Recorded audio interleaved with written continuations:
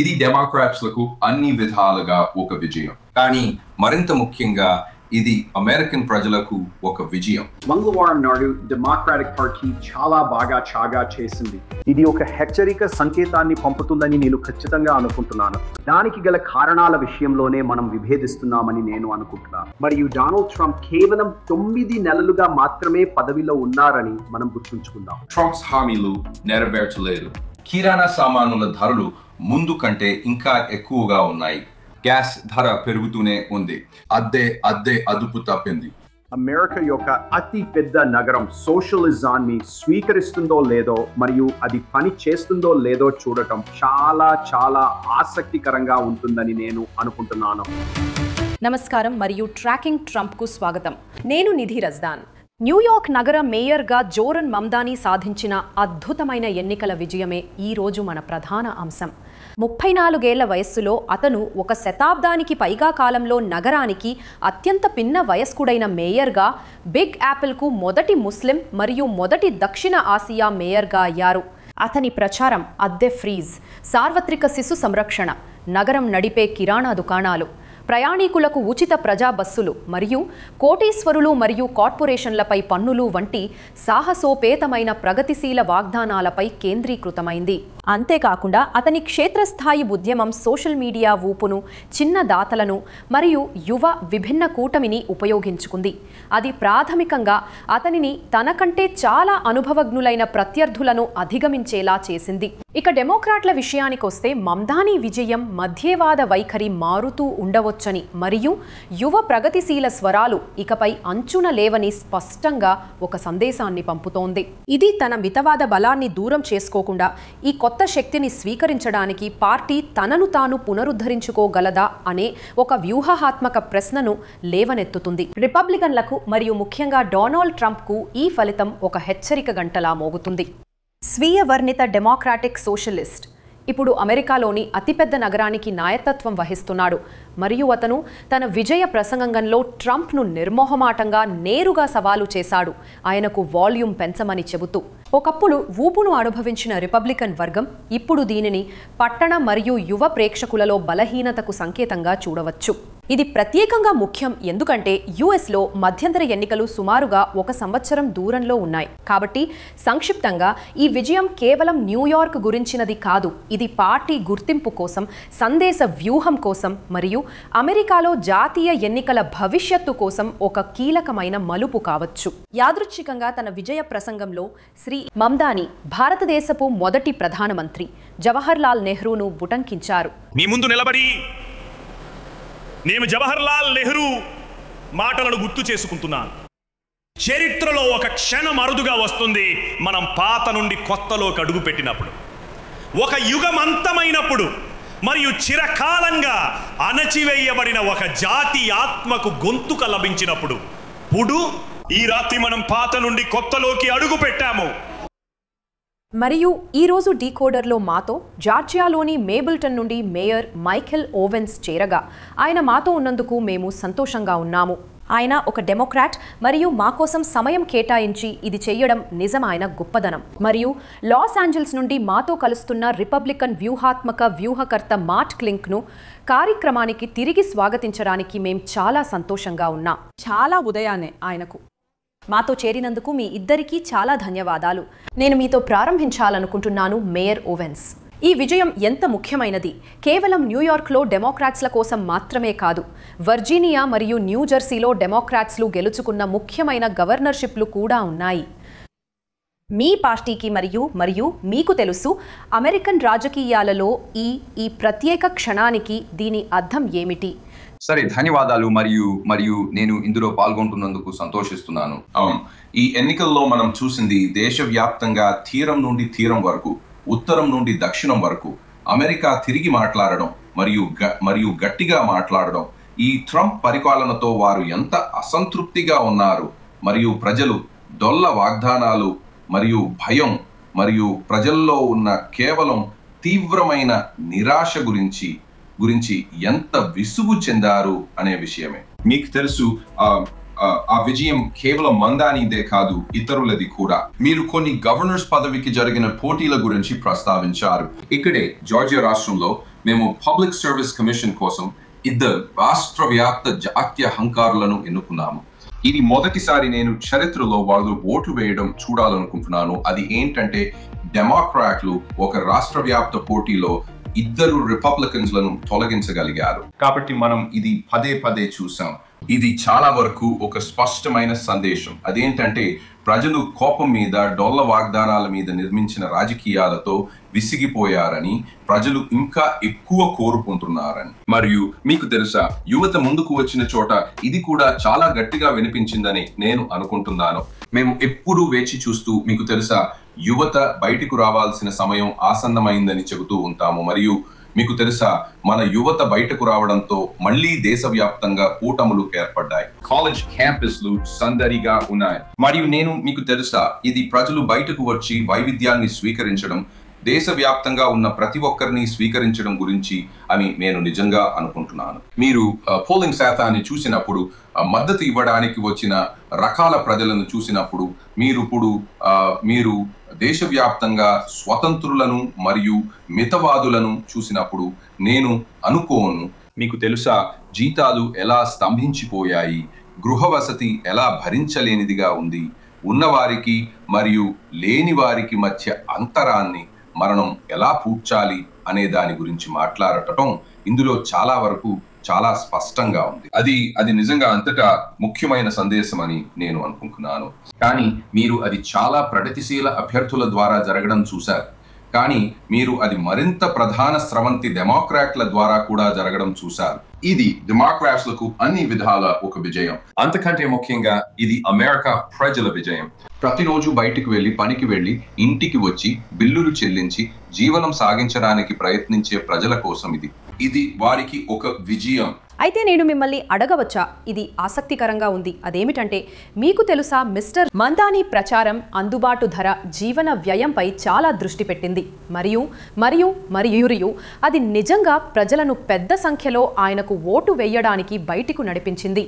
మరోవైపు కేవలం 1 సంవత్సరం క్రితం డొనాల్డ్ ట్రంప్ సరిగ్గా దానిపైనే గెలిచారు. కానీ సైద్ధాంతిక వర్ణపటంలో మరోవైపు కదా. అయితే గత సంవత్సరంలో, అంటే ట్రంప్ మరియు రిపబ్లికన్ పార్టీకి సంబంధించి మీ దృష్టిలో నిజంగా ఏమీ మారింది? అయితే నేను అనుకుంటున్నాను, మన కళ్ళెదుట ఉన్న ఈ పెద్ద సమస్యను మనం విస్మరించలేదు. ఇది అమెరికా ప్రభుత్వ చరిత్రలోనే అత్యంత సుదీర్ఘమైన షట్డౌన్, మరియు ఇందులో దాని పాత్ర ఉందనడంలో నాకు ఎలాంటి సందేహం లేదు. కానీ నేను వట్టి వాగ్దానాల గురించి మాట్లాడినప్పుడు చాలా వట్టి వాగ్దానాలు ఉన్నాయి. డెమోక్రాట్ అలాగే రిపబ్లికన్ పక్షంలో కూడా చాలా మంది చాలా వట్టి వాగ్దానాలు చూశారని నేను అనుకుంటున్నాను. వారు వ్యవస్థ ప్రక్షాళన గురించిన ఈ మాటలన్నీ విన్నారు, మరియు నిష్కపటంగా చెప్పాలంటే అది జరగనే లేదు. ఆ వ్యవస్థ మరింత బురదమయంగా మారింది. ఇప్పుడు అది మునుపెన్నడూ లేనంత బురదమయంగా ఉంది, మరియు అమెరికా ప్రజలు దానిని తిరస్కరిస్తున్నారని నేను అనుకుంటున్నాను. మరి నేను చెప్పింది నిజమే. ట్రంప్ అధ్యక్ష పదవి సామాన్యుడికి ఏదైనా మేలు చేస్తుందని అనుకున్న వాళ్ళు చాలా మంది ఉన్నారు కదా. అది ఇబ్బందులు పడుతున్న ప్రజలకు ఏదో మేలు చేస్తుందని, మరింత అవసరం ఉన్న ప్రజలకు అది ఏదో మేలు చేస్తుందని, మరియు నిష్కపటంగా చెప్పాలంటే ట్రంప్ నెరవేర్చలేదు. నిత్యావసర సరుకుల ధర గతంలో కంటే ఇంకా ఎక్కువగానే ఉంది. గ్యాస్ ధర పెరుగుతూనే ఉంది. అద్దె అదుపు తప్పింది. కాబట్టి ఆ హామీలు నిజం చెప్పాలంటే వట్టివే, మరియు అమెరికన్ ప్రజలు వాటిని తిరస్కరించారు. మిస్టర్ క్లింగ్, ఈ విషయంలో మీ అభిప్రాయం తీసుకోవాలంటే ఈ ఫలితాలతో ఈ క్షణంలో రిపబ్లికన్లు ఆందోళన చెందాలని మీరు అంటారా? అయితే చూడండి, ఖచ్చితంగా మీకు తెలుసు, ఎవరు ఓడిపోవడానికి ఇష్టపడరు. మరియు నేను అనుకుంటున్నాను, మొత్తం మీద మేయర్ చెప్పింది సరైనదే. డెమోక్రాటిక్ పార్టీ మంగళవారం చాలా బాగా చేసింది. నిజం చెప్పాలంటే వారు న్యూజెర్సీ మరియు వర్జీనియాలోని పోటీలలో ఎలాగైనా ఓడిపోతారని నేను అనుకుంటున్నాను. కానీ ఓటమి తేడా నేను అనుకుంటున్నాను ప్రజలకు ఒక హెచ్చరికను పంపాలి. కానీ మేయర్ చెప్పింది నిజమే అని నేను గట్టిగా అనుకుంటున్నాను. మీకు తెలుసు, ఆయన జార్జియాలోని ఇద్దరు పబ్లిక్ సర్వీస్ కమిషనర్ల గురించి మాట్లాడారు. అంతేకాకుండా మిసిసిపి రాష్ట్రంలో రిపబ్లికన్లు సూపర్ మెజారిటీని కోల్పోయారు. కాబట్టి అది ఒక హెచ్చరిక సంకేతాన్ని పంపుతుందని నేను ఖచ్చితంగా అనుకుంటున్నాను. మనం విభేదించేది దాని కారణాల విషయంలో అని నేను అనుకుంటున్నాను. మనం గుర్తుంచుకున్నాం, డొనాల్డ్ ట్రంప్ పదవిలోకి వచ్చి కేవలం 9 నెలలే అయింది. నేను ఖచ్చితంగా అనుకుంటున్నాను సాధారణంగా ఓటర్లు కేవలం ఒక చిరాకు మూడ్లో ఉన్నారు మరియు చివరికి వారికి రాజకీయ నాయకులు కావాలి మరియు మీ పేరు వెనుక ఆర్ లేదా డి ఉందా అని వారు పట్టించుకోరు. వారి వ్యక్తిగత ఆర్థిక పరిస్థితితో వారికి సహాయం చేసే రాజకీయ నాయకులు కావాలి. మరియు ఇప్పుడు కొన్ని విషయాలు మెరుగ్గా ఉన్నప్పటికీ గ్యాసోలిన్ ధరలు తగ్గాయి, గుడ్ల ధరలు తగ్గాయి, కిరాణా సామాగ్రి ఇంకా ఖరీదుగానే ఉంది. సాధారణంగా ఇంధన ఖర్చులు ఇంకా ఎక్కువగా ఉన్నాయి. మరియు నేను ఏమనుకుంటున్నానంటే ప్రస్తుతం అధికార పగ్గాలు చేతిలో ఉన్న పార్టీ అయిన రిపబ్లికన్లతో వారు అలాగే ప్రతిస్పందించారు. దీని అర్థం వారు 2026కి విఫలమవుతారని కాదు. దీని అర్థం కేవలం 9 నెలల తర్వాత వారు దీనిని పరిశీలించి సరే అని చెప్పుకోవాలి. మనం చక్కదిద్దుకోవాలి. మనం కొన్ని పనులను భిన్నంగా చేయాలి. కాబట్టి అది మీకు తెలుసా, కొన్నిసార్లు కొంచెం వాస్తవ పరిస్థితిని తెలుసుకోవడం మంచిది. భిన్నంగా ఏమి చేయాలని మీరు చెబుతారు? మరియు అలా అయితే బాధ్యత మిస్టర్తోనే ఆగిపోవాలని మీరు చెబుతారా? ట్రంప్ తను బ్యాలెట్పై లేనని ఆయన అంటారని నాకు తెలుసు. ఆయన లేరు. కానీ ఈ ఎన్నికలలో ప్రచారం చేసిన ప్రతి ఒక్కరి ప్రచారం, అది న్యూయార్క్, న్యూజెర్సీ, వర్జీనియా అయినా సరే, చాలా వరకు డొనాల్డ్ ట్రంప్, ఆయన విధానాలు మరియు ఆయన పదవీ కాలం గురించే.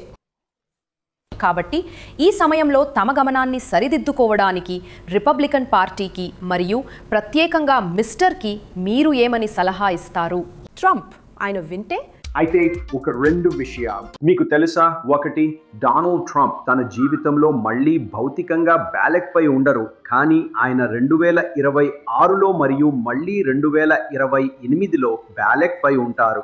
ఎందుకంటే ప్రతి ఒక్కరూ ఆయన వైపే చూస్తారు మరియు ఆయన్ని కించపరుస్తూ వ్యాఖ్యలు చేస్తారు లేదా వారి ప్రచారానికి సహాయపడేలా ఆయనతో తమను తాము ముడిపెట్టుకోవడానికి ప్రయత్నిస్తారు. కాబట్టి చాలా విధాలుగా ఆయన చాలా వరకు బరాక్ ఒబామా లాంటివారు.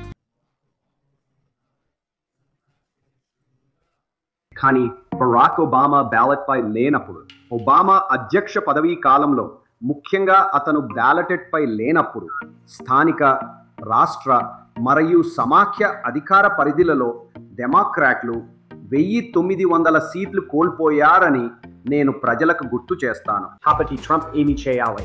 సో ఒకటి, our big beautiful bill ప్రయోజనాలు 2026 జనవరి మరియు ఫిబ్రవరిలో మొదలవుతాయని నేను అనుకుంటున్నాను.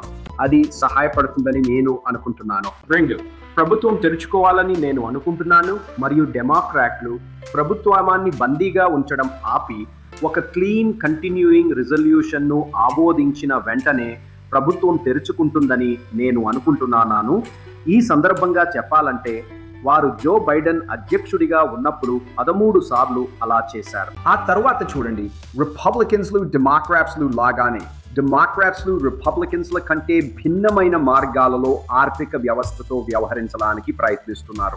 రిపబ్లికన్స్లు ఆర్థిక వ్యవస్థను ముందుకు నడిపించే మార్గాలను కనుగొనాలి. మరియు నేను అనుకుంటున్నాను, మీకు తెలుసు, అది మనం జోహ్రాన్ మమ్దాని గురించి మాట్లాడటానికి మరింత సమయం కేటాయించాలని నేను అనుకుంటున్నాను. ఎందుకంటే న్యూయార్క్లోని సోషలిస్ట్ ప్రయోగం, అతను డెమోక్రటిక్ సోషలిస్టా, డెమోక్రటా లేక మరేదైనా అనే విషయాన్ని పక్కన పెడితే, అమెరికాలోని అతిపెద్ద నగరం సోషలిజాన్ని స్వీకరిస్తుందో లేదో మరియు అది పని చేస్తుందో లేదో చూడటం నిజంగా ఆసక్తికరంగా ఉంటుందని నేను అనుకుంటున్నాను. అది పని చేస్తే ఇది నిలదొక్కుకోగలదని బర్నీ శాండర్స్ మరియు అలెగ్జాండ్రియా ఒకాసియో కోర్టెజ్లకు ఒక బలమైన సందేశాన్ని పంపుతుంది. ఒకవేళ అది పని చేయకపోతే జార్జ్ విల్ చెప్పిన మాట మనకు గుర్తుకొస్తుంది. అదేంటంటే, ఇది ఎందుకు పని చేయదో గుర్తు చేసుకోవడానికి ప్రతి 20 సంవత్సరాలకు ఒకసారి దేశాలు సోషలిజాన్ని ప్రయత్నించాలి.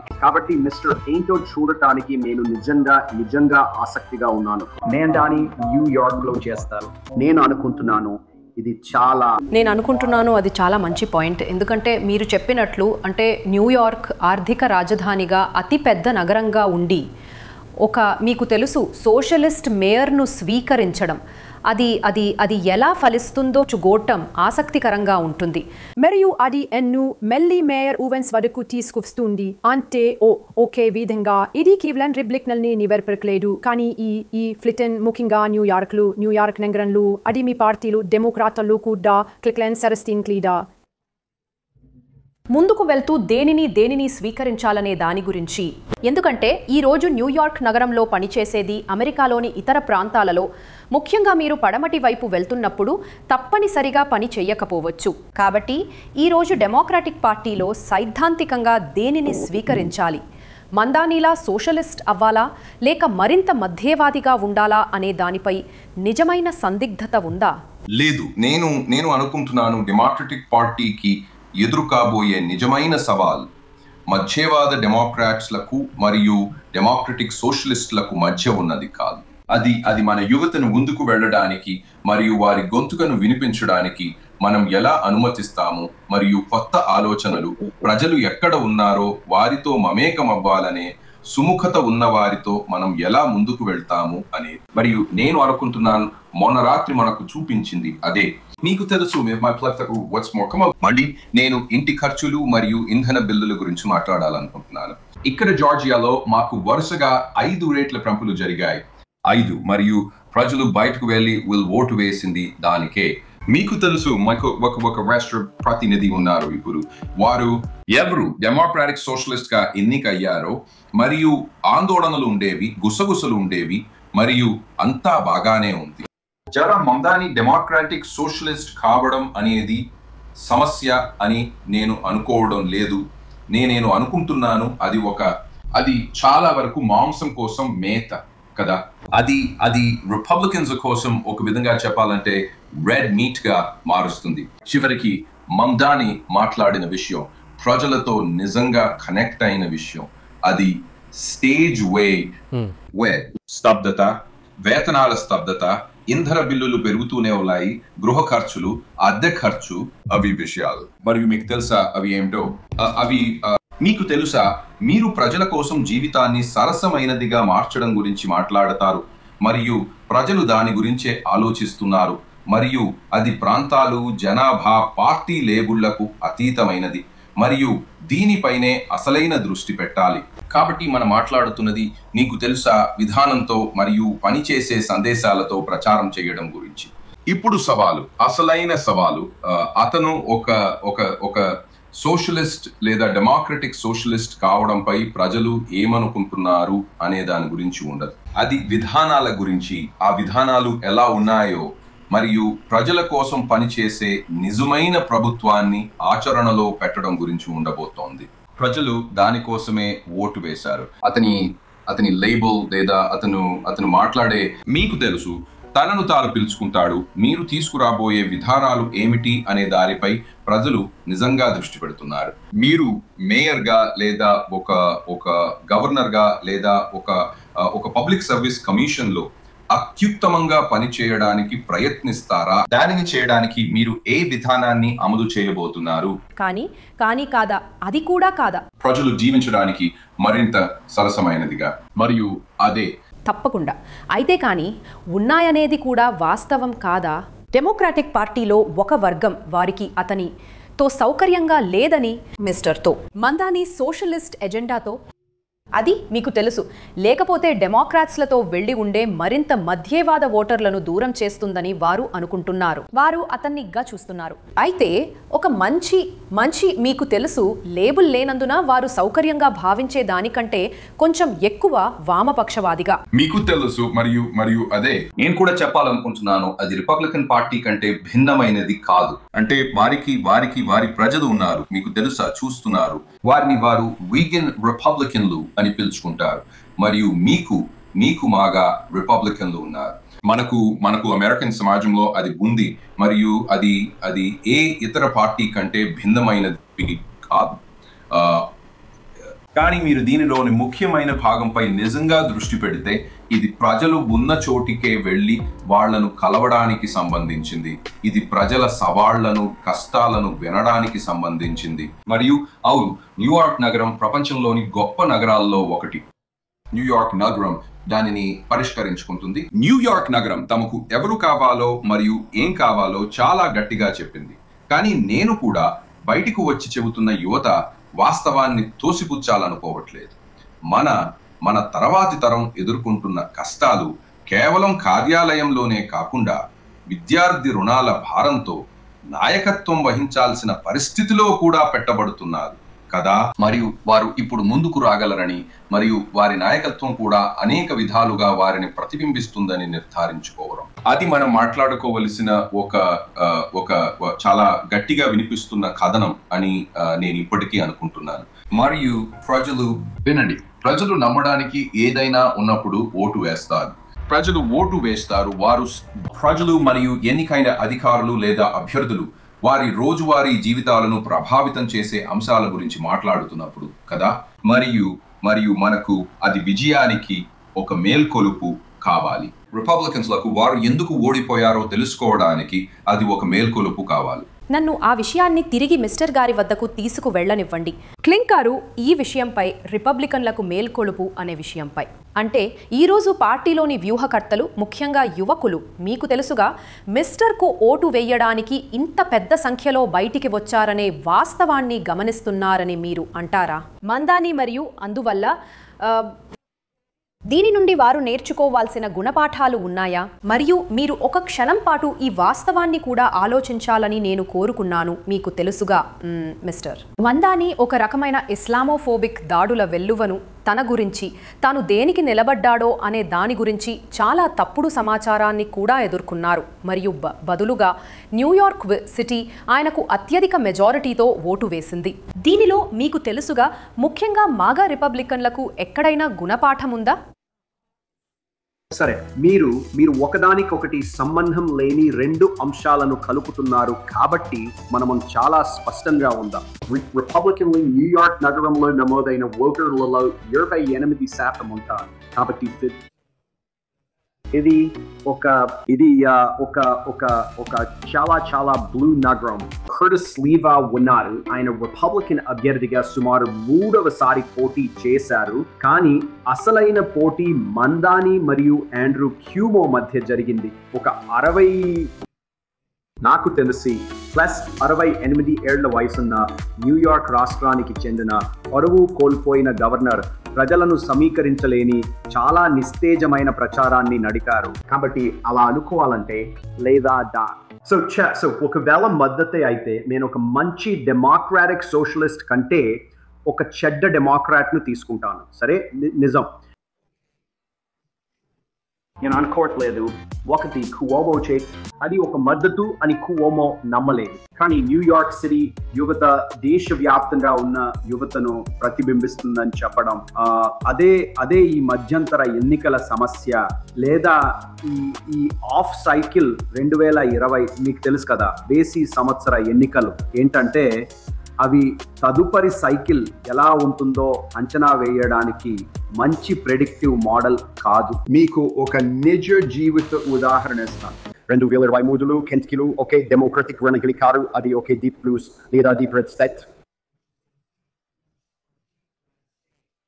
మరియు డెమోక్రాట్స్లు వర్జీనియా రాష్ట్రంలోని రేసుల్లో గెలిచారు. మరియు ఇది 2024 ఎన్నికలకు వెళ్లే డెమోక్రాట్లకు చాలా మంచి చేస్తుంది అందరూ ఊహించారు. సరే, 2024 ఎన్నికలలో ఏం జరిగిందో మనకు తెలుసు. డెమోక్రాట్లు కొట్టుకుపోయారు. కెంటకీ రెడ్ గానే ఉండిపోయింది మరియు వర్జీనియా అది చివరికి కమలా హ్యారిస్ తో నిలబడినప్పటికీ మరియు 6 పాయింట్ల తేడాతో అది మంగళవారం అబిగేల్ స్పాన్బెర్గర్ విషయంలో మనం చూసినంతటి భారీ విజయం ఏమాత్రం కాదు. వీటన్నింటిలో నా ఉద్దేశ్యం ఏమిటంటే న్యూయార్క్ నగరం మరియు న్యూయార్క్ నగరంలోని యువ ఓటర్లు వారు మిగతా యునైటెడ్ స్టేట్స్ జనాభా కంటే గణనీయంగా భిన్నంగా ఉన్నారు. అవును, వారు 34 ఏళ్ల వయస్సు గల టిక్టాక్లో చురుకుగా ఉన్న మరియు వారితో మాట్లాడిన వ్యక్తికి అత్యధికంగా ఓటు వేశారు మేయర్ మాటల్లో చెప్పాలంటే, మరియు నేను అతనితో 100% ఏకీభవిస్తున్నాను.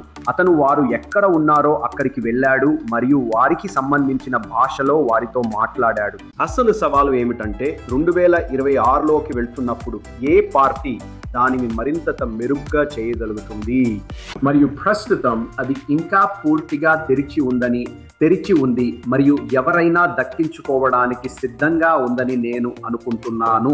రిపబ్లికన్స్, ముఖ్యంగా డొనాల్డ్ ట్రంప్ 2024లో దానిని చాలా బాగా చేశారు. డెమోక్రటిక్ పార్టీ వల్ల హక్కులు కోల్పోయామని భావించిన యువకులతో మాట్లాడుతూ వారికి మీరే సమస్య అని ఆ పార్టీ చెప్పింది.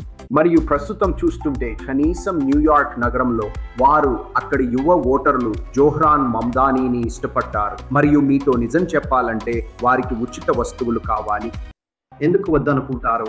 నా ఉద్దేశ్యం న్యూయార్క్ వారు 2 శతాబ్దాల వెనక్కి తిరిగి చూస్తే న్యూయార్క్ ఎప్పుడూ ఖరీదైనదే. అది ఎప్పుడూ చౌకైన నగరం కాదు. కానీ న్యూయార్క్ నగరంలో పిల్లల సంరక్షణకు సంవత్సరానికి $26,000 ఖర్చవుతుంది. అన్నట్టు జోహ్రాన్ మమ్దానీ న్యూయార్క్లోని ఆల్బనీలో ఉన్న అతను ఒక రాష్ట్ర ప్రతినిధి. అతనికి తెలుసు ఆ న్యూయార్క్ నగరం అతను ప్రజలపై ఆదాయపు పన్నులను పెంచలేడని. అతను కార్పొరేషన్స్లపై పన్నులు పెంచలేడు. కాబట్టి న్యూయార్క్ గవర్నర్ అయిన క్యాపీ హోచెల్ సహకారం అతనికి అవసరం. అతనికి ఫెడరల్ ప్రభుత్వం యొక్క సహాయం అవసరం. మరియు డొనాల్డ్ ట్రంప్ తను న్యూయార్క్ కోసం కనీస సహాయం అందిస్తానని చెప్పారు. కాబట్టి మిస్టర్ ఎదుర్కొనే సవాల్. మమ్దానీకి ఎదురు కాబోయేది ఏమిటంటే ప్రచారం చేసే మమ్దానీ ఒకరు, ఆలించే మమ్దానీ మరొకరు. కానీ అది ప్రతి చోట రాజకీయ నాయకుల విషయంలో నిజం. నేను అనుకుంటున్నాను, మీకు తెలుసా, ఒక ప్రచారంలో ఏమీ జరుగుతుంది మరియు మీరు నిజంగా పాలించవలసి వచ్చినప్పుడు అదే అసలైన సవాలు. మరియు నేను అనుకుంటున్నాను మీరు చెప్పింది నిజమే. అసలైన సవాలు ఇప్పుడే మొదలవుతుంది. నేను మేయర్ ఓవెన్స్కు దీనిపై చివరి మాట మాట్లాడే అవకాశం ఇస్తున్నాను. ఇది కేవలం న్యూయార్క్లోని యువకులు ఉచిత వస్తువులు కోరుకోవడమేనా? కానీ మరింత సీరియస్గా చెప్పాలంటే మిస్టర్ క్లింక్ చెప్పిన దాంట్లో ఒక పాయింట్ ఉంది. అదేంటంటే మధ్యంతర ఎన్నికలకు ఇంకా 1 సంవత్సరం సమయం ఉంది మరియు చాలా మార్పులు జరగవచ్చు. రాజకీయాల్లో వారం అంటే చాలా కాలం, సంవత్సరం అంటే అనంతకాలం అని అంటారు. అది నిజమే. అంటే వార్తా చక్రాలు తిరుగుతూనే ఉంటాయి. కానీ ఈ దేశంలో ప్రజల సవాళ్లు నిరంతరంగా ఉంటూనే ఉన్నాయి కదా. మరియు వాళ్ళు ప్రజలకు ఉండే అవసరాలు, నేను చెప్పినట్లుగా ప్రతిరోజు నిద్రలేచే కష్టపడి పనిచేసే ప్రజలు, వారు ఇప్పటికీ ఈ సవాళ్లను ఎదుర్కొంటున్నారు. కాబట్టి ఈ రేసు లేదా ఈ ఎన్నికల రాత్రి కేవలం మమ్దానీకి మాత్రమే పరిమితమై ఉంటే నా ఉద్దేశంలో రిపబ్లికన్లు చెప్పేదానికి మరింత బలం ఉండేది. కానీ అలా జరగలేదు. మళ్ళీ మనం జార్జియాలోని ప్రాప్ 50 దగ్గర ఏమి జరిగిందో చూసాము. మనం ఈస్ట్ కోస్ట్ లో న్యూయార్క్ నుండి, న్యూజెర్సీ నుండి, వాషింగ్టన్ వరకు, అంటే వర్జీనియా వరకు, జార్జియా రాష్ట్రం వరకు ఏమీ జరిగిందో చూసాం. ప్రజలు తమ తీర్పు చెప్పారు కదా.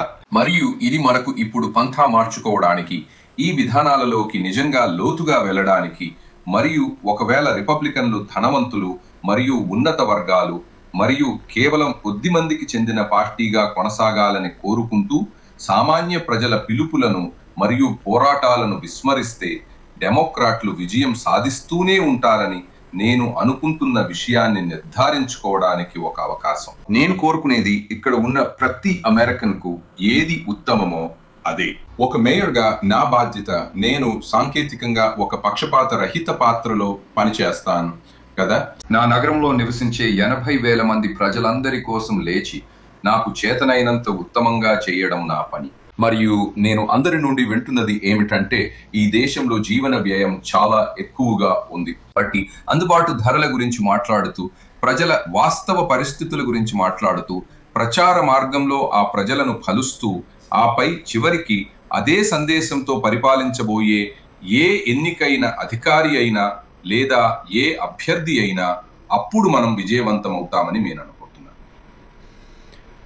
నేను అనుకుంటున్నాను. మరియు ఈ దేశంలో ప్రజలు విజయవంతం కావడానికి మనకు కావలసింది అదే. సరే, మీ ఇద్దరితో కలిసి ఈ ఎన్నికల ఫలితాలను విశ్లేషించడం చాలా ఆసక్తికరంగా ఉంది. మేయర్ ఓవెన్స్, మాట్ క్లింక్ ఈరోజు మాతో చేరినందుకు మరియు మాకు కొంత దృక్పథాన్ని అందించినందుకు మీకు చాలా ధన్యవాదాలు. మనం మధ్యంతర ఎన్నికల వైపు వెళ్తున్నప్పుడు ఇది చాలా ఆసక్తికరమైన సంవత్సరంగా ఉండబోతున్నట్లుంది. వచ్చే ఏడాది యునైటెడ్ స్టేట్స్లో. చాలా ధన్యవాదాలు. మమ్మల్ని పిలిచినందుకు ధన్యవాదాలు. మరియు ధన్యవాదాలు. మమ్మల్ని పిలిచినందుకు అభినందిస్తున్నాము. ఈ వారం షోలో ఇంతే. మేము వచ్చే వారం మరిన్ని విశేషాలతో తిరిగి వస్తాము. అప్పుడు తప్పకుండా మాతో కలవండి. మనం ట్రంప్ను ఆపడమే కాకుండా తరువాత వచ్చే వారిని కూడా ఇలాగే ఆపగలం. అందుకే డొనాల్డ్ ట్రంప్, మీరు చూస్తున్నారని నాకు తెలుసు. మీకు చెప్పడానికి నా దగ్గర 4 మాటలున్నాయి. వాల్యూమ్ పెంచండి.